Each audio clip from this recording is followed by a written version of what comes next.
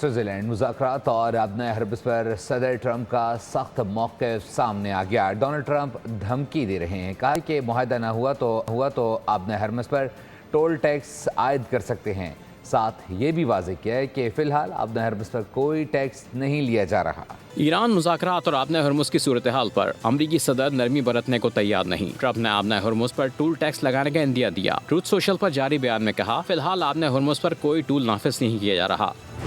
تاہم اگر ایران کے ساتھ مذاکرات نتیجہ خیز ثابت نہ ہوئے تو امریکہ اس اسٹریٹجک راستے پر اپنی شرائط مسلط کر سکتا ہے۔